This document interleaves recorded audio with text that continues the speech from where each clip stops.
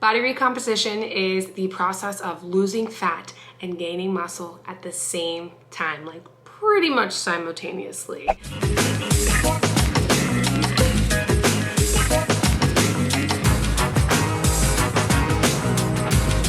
Hello, my strong friends. In today's video, I am going to attempt to explain Body Recomp and what you need to know about it in 5 minutes or less. I'm bringing back 5 Minute Friday, which is super exciting. This is one of my more popular videos and I have a longer version of it. So if you watch this one and still want more context or more details, then check out that video.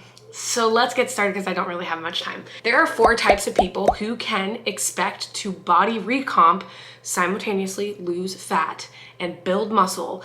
They can expect to do it at a faster rate of progress than if you weren't one of these 4 people. The first group of people are new trainees, people who have never been on a strength program in their lives.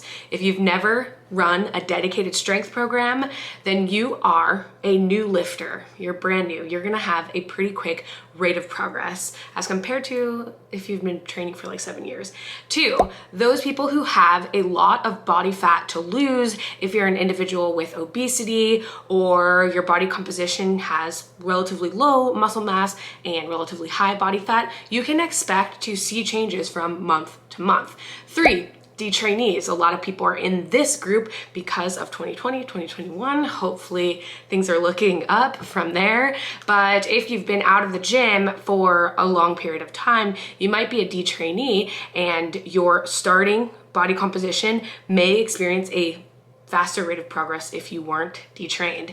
And 4, those people using the sauce. I don't know much about that, but if you're using steroids, then it's gonna be easy for you to body recomp. If you don't fall in that category, you can still expect to body recomp, but instead of seeing changes from month to month, you might notice changes over a longer period of time, like from year to year. So all hope is not lost, but if you're a lean, natural person who's been strength training for a few years and relatively consistent, you're just gonna notice a lower rate of progress. So that's super exciting for newer lifters, detrained lifters, or people who have a lot of body fat to lose, because you can look forward to seeing a quicker rate of progress, kind of seeing the silver lining in whatever situation you're currently in. Next, I'm gonna give you a few nutrition guidelines and strength training guidelines so that you can achieve body recomp. The first thing to focus on is calorie balance. That's gonna be one of the most important things.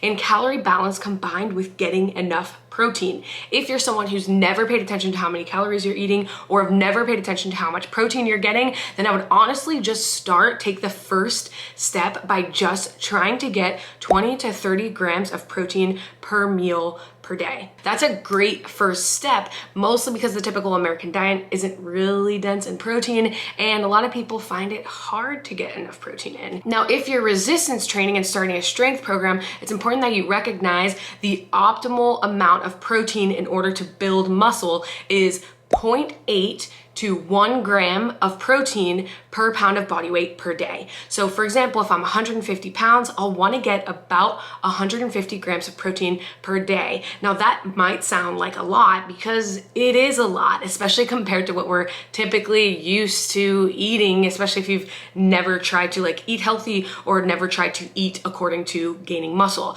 It's gonna take some conscious effort, but I'd start in that first step by just focusing on getting a good serving of protein with every single meal. Now for training, you want to find a strength training program that utilizes a linear progression and compound movements. When I say compound movements, I mean things like the squat, bench, deadlift, and overhead press, things that use multiple joints so you're getting the most bang from your buck from the exercises that you choose. Any typical strength program will usually include these, and also you want to make sure that it has something called progressive overload. Most strength programs will utilize progressive overload, but you just got to make sure that you're lifting a little bit more or more reps from week to week or from session to session. That's how you build strength. That's how you build muscle. You also want to stick with that program for a generally long period of time. You don't want to program hop.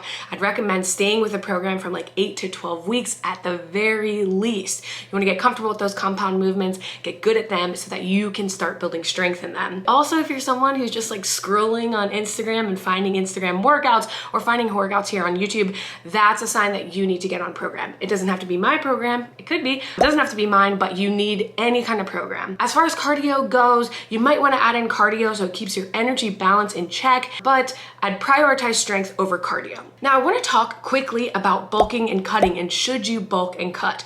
Bulking and cutting is a period of bulking, where you're intentionally gaining weight with the intention to build some muscle over a long period of time or a portion of the year. And then cutting after the bulking period is where you slowly try to lose any body fat that you gain so that you retain the muscle. Usually these periods are long periods of time, not just like weeks at a time, but more so months at a time, where you're spent either bulking or cutting. So it's not for everyone. Many people prefer to rather just stay lean year round, but if you're someone who's at a high level weight class sport, if you're a bodybuilder, you might want to consider bulking and cutting. It might just make sense for you.